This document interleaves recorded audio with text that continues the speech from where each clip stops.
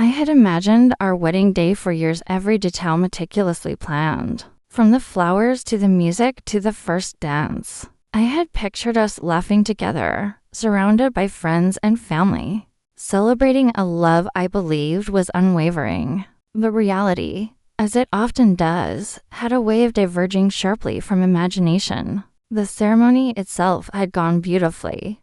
Guests cheered, vows were exchanged, and there were tears of joy. I smiled, thinking nothing could go wrong. Everything felt perfect, and I was convinced that this day would be one of the happiest of my life. I had no idea that happiness was about to be overshadowed by a disorienting and painful realization. The reception began in high spirits. Music played, glasses clinked, and people began to dance. My wife, Lila, looked radiant, the very picture of joy. I felt proud, imagining us sharing our first dance together. I extended my hand to her, expecting her to take it, but she hesitated for a moment. Then, almost casually, she slipped her hand into that of her male best friend, someone I had known and trusted for years. I froze, watching as they moved together effortlessly across the dance floor. At first, I convinced myself I was overreacting after all. They had been friends since childhood, and perhaps this was just a playful moment. But as the minutes stretched into an hour, it became clear that this was more than casual dancing. Their laughter was intimate, their touches lingering, their eyes locked in ways that felt inappropriate for a wedding. I tried to join in, offering my hand, suggesting we dance, but she barely noticed.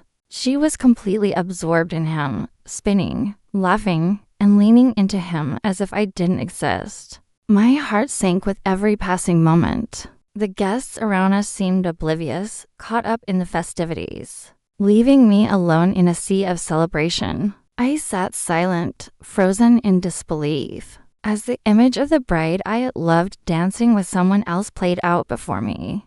People came by to congratulate us, to offer toasts, and to dance, but I couldn't move. I couldn't smile. My mind was a whirlpool of confusion, hurt, and anger. I questioned everything I thought I knew about our relationship. Had I been blind? Had I missed the signs? How could someone I trusted completely behave this way on the most important day of our lives? Her best friend, Mark, laughed and leaned close, whispering something that made her smile brighter than ever. The sight struck me like a knife. I wanted to scream, to demand attention, to reclaim the moment that was supposed to be ours, but I didn't. Instead, I chose silence, letting the humiliation and pain wash over me. Sharp and undeniable dot as the night progressed, the dancing continued. They moved together like a perfectly rehearsed pair, seemingly oblivious to my presence. The irony was unbearable. This was supposed to be my day, a celebration of our union, and yet I felt like an outsider, watching someone else share the joy that should have been mine. I remember staring at the floor, the clinking of glasses and the strains of the band fading into background noise. I thought about the years we had spent together, the trust I had placed in her, the promises we had made, and now, in a single night, in front of everyone we knew, that trust felt like a fragile illusion, shattered by the casual intimacy of a friendship that crossed boundaries I hadn't imagined would be violated. I wanted to confront her, to demand an explanation, but something inside me held back. Perhaps it was disbelief, perhaps it was shame, or perhaps it was the realization that confrontation at that moment would only escalate the situation, creating a scene that would forever tarnish the memory of our wedding. Instead, I sat silent, letting the night unfold, my emotions trapped behind a mask of composure. At one point, I noticed guests whispering, glancing at the pair with curiosity and a hint of unease. Some tried to encourage us to join in, to dance together, but I found it impossible. Every attempt to approach her was met with polite dismissal or gentle avoidance, as if my presence had become irrelevant to her. The juxtaposition was surreal. My bride, the woman I had chosen, sharing laughter, movement, and closeness with someone else while I remained on the sidelines, silent and immobilized by hurt. The hours dragged on, the music pulsing with relentless energy. I found a corner of the room and sat, observing. Memories of our relationship flashed through my mind, our first meeting, late night talks, shared dreams, promises whispered under starlight. And now, here I was, watching her create new memories with someone else while I was rendered invisible. The pain was acute, a visceral ache that settled deep in my chest. Eventually, the dancing slowed, the night winding toward its conclusion. She finally approached me, cheeks flushed from laughter and exertion, and attempted a casual kiss on the cheek. "You've been so quiet tonight," she said, almost playfully, as if nothing had happened. I looked at her, the hurt and disbelief evident in my eyes. "Yes," I said softly, "I've been watching." Her smile faltered, a flicker of unease crossing her face. For the first time that night, I saw hesitation, a crack in the casual confidence she had displayed for hours. But the moment passed quickly, and she moved on, seemingly unconcerned with the gravity of my emotions. As guests began to leave, and the night drew to a close, I realized something profound. I had witnessed a side of her I hadn't seen before, a disregard for the boundaries of intimacy that I had assumed existed. And yet, in that painful clarity, I found a strange sense of empowerment. Sitting silent had allowed me to observe, to process, and to understand without reacting impulsively. I had preserved my dignity, even in the face of humiliation and betrayal. The following days were difficult. Conversations were strained, tension palpable. I tried to confront the situation gently, seeking honesty, but she downplayed the significance of her actions, calling it fun or innocent. The disparity between her perception and my experience was stark, and it forced me to reevaluate the foundation of our marriage.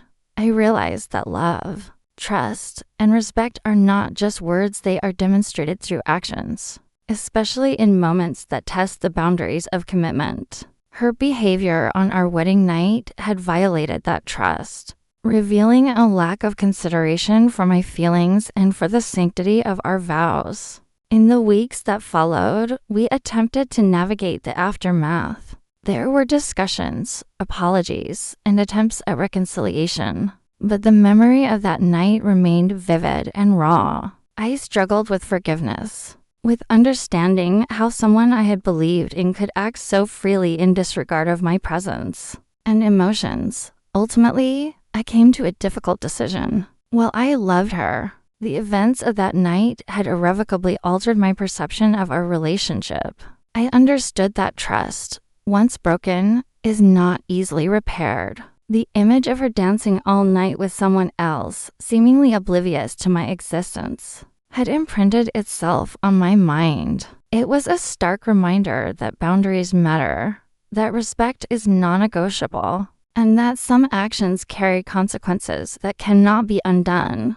Looking back, that night was a turning point. It forced me to confront uncomfortable truths about our marriage, about her character, and about what I was willing to tolerate. It taught me that silence, while painful, can be a powerful form of observation, allowing clarity and insight to emerge in the midst of emotional chaos. I realized that dignity is preserved not through confrontation alone, but through the ability to remain composed, to witness truth without immediate retaliation, and to make decisions from a place of clarity rather than emotion. Sitting silent had allowed me to retain control of myself, even as the world I thought I knew shifted dramatically around me. The memory of that night remains with me not as a source of bitterness alone, but as a lesson in self-respect, awareness, and the importance of boundaries. I learned that love cannot thrive where trust is disregarded,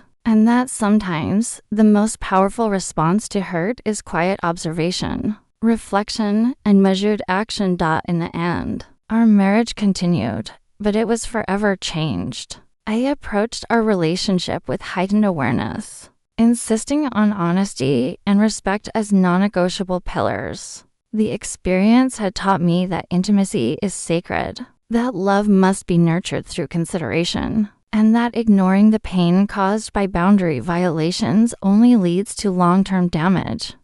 That night, when my wife danced all night with her male best friend while I sat silent, I felt a profound mix of hurt, disbelief, and eventual empowerment. It was a moment that could have destroyed me, but instead, it became a lesson, a testament to the power of observation, the necessity of boundaries, and the clarity that comes from witnessing truth, even in its most painful form.